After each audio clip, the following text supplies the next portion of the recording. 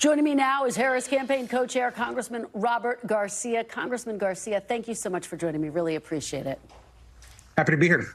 So hard to believe, but here we are with just 13 days left until Election Day.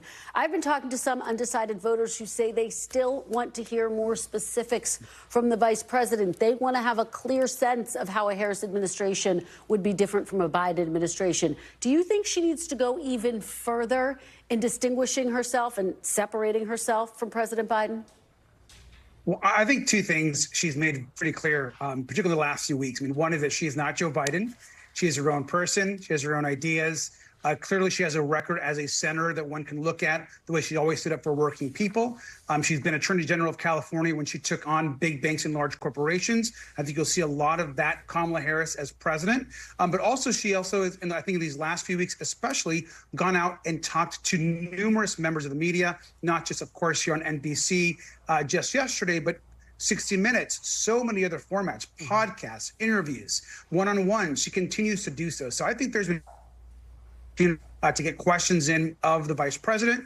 And she'll continue, by the way, to roll out more plans. She just yesterday put out a new agenda, for example, for Latino men, for new economic opportunities, new tax breaks, new investments in the construction trade. And so her policy proposals continue to come out. I encourage folks also to check out her website. There's a bunch of policy proposals on that site, and much more extensive, by the way, than anything Donald Trump has put out.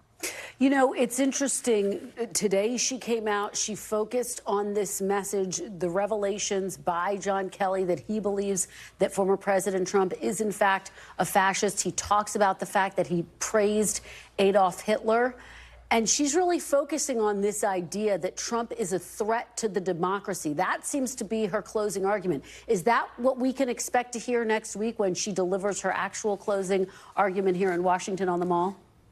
I think you are going to continue to hear that exact thing, not just from the vice president, but from former Trump officials, from his former chief of staff, former generals. This idea that somehow Donald Trump wants to have generals and those that follow him like Hitler did is shameful. It's disgusting. It's unhinged. And I think it leans into this fact that Donald Trump, as Kamala Harris has been saying, is unfit and unprepared to be the president. And at this moment, she is going to make this closing argument that there is a contrast and a choice. And the choice is between a vice president that has the support of working people, that has done a great job to President Biden as well as a partner, against someone that continues to be more and more unhinged every single day.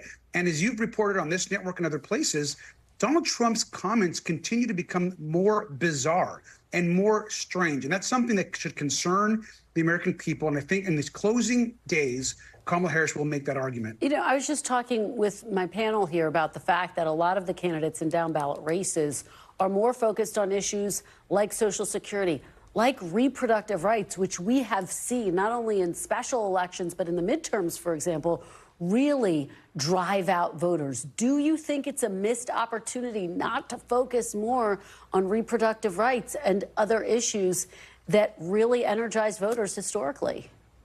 Well, I think she's focusing on all of them. I mean, she's going to be in Texas, as you know, the huge rally and discussion just about abortion rights and the way that reproductive health care has been stripped away from women in Texas and across much of the country. And so she will continue to talk about reproductive rights. It's one of the top things I hear about when I'm going traveling the country for the vice president. And so it's going to be reproductive rights. It's going to be Donald Trump's being unfit for office. It's going to be the attacks that he led on January 6th, which I think are going to be highlighted and will continue to highlight in these closing days. And it's going to be the contrast between what he wants to do to move us backwards and her investments in Social Security, in Medicare, in lowering the cost of health care. So all of that will be part of this conversation. All of that will be part of the closing message. But I think at the end of the day, when people cast their vote these next 2 weeks, they're going to think about Donald Trump and whether or not he can actually do this job and deserves to do this job. And I think the vice president is going to win that argument. Congressman, we have reporting about concerns within the campaign that the vice president is on shaky ground in some of the blue wall states. Do you think she can win the White House without winning Pennsylvania, Michigan, and Wisconsin? Is there another path, or does she have to win those states? I mean, look, we all know we've all done the electoral math. Clearly, winning those three states is key to the campaign success and key to the win. Are you concerned? Are you concerned about what you're seeing in those states? I'm actually quite heartened by what I'm seeing in those states. I think if you look at the early vote number, for example, you look what's happening in Detroit with early vote, you look what's happening in Pennsylvania with the early vote. I'm feeling quite heartened. Now, let's be clear. Kamala Harris herself said on day one of this campaign, this was going to be a close election and that she was going to run like the underdog. This was always going to be a close election. So, of course, everyone is working hard. Of course, everyone has concerns that we all want to win. Though I would much rather be the campaign that we're running and where we're at right now than where Donald Trump is. And so, yes, we are going to win those 3 states. That is our goal. But we're also ensuring that we expand the map. That's why places like Georgia, which, again, the early vote is showing really good news for us, is so important. That's why we got to go all in places like North Carolina, where I think most polls now are looking at us tied, looking at us in a place where we are feeling really good about where North Carolina is.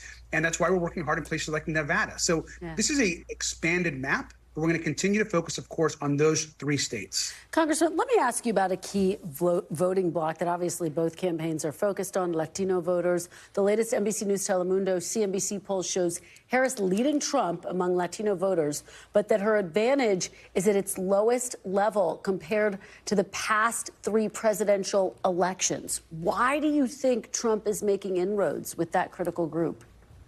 I think the main thing I hear, and I hear this from some of my cousins and tios as well, is there's a lot of misinformation out there. There is a lot of misinformation in the media, on social media, in some of these podcasts, non-traditional media sources that are now becoming a bigger part of information consumption. I also think we have to work hard to always ensure that we reach out directly to Latinos, particularly Latino men.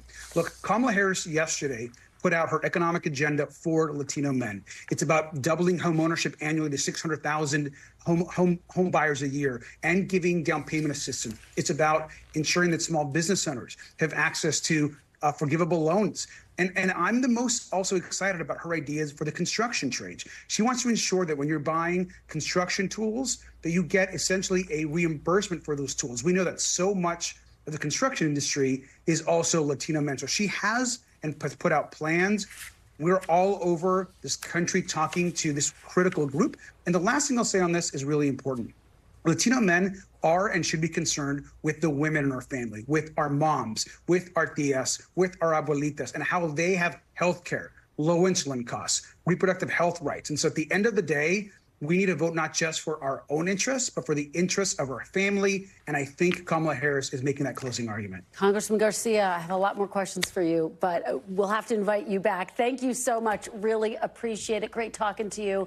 Thanks for watching. Stay updated about breaking news and top stories on the NBC News app or follow us on social media.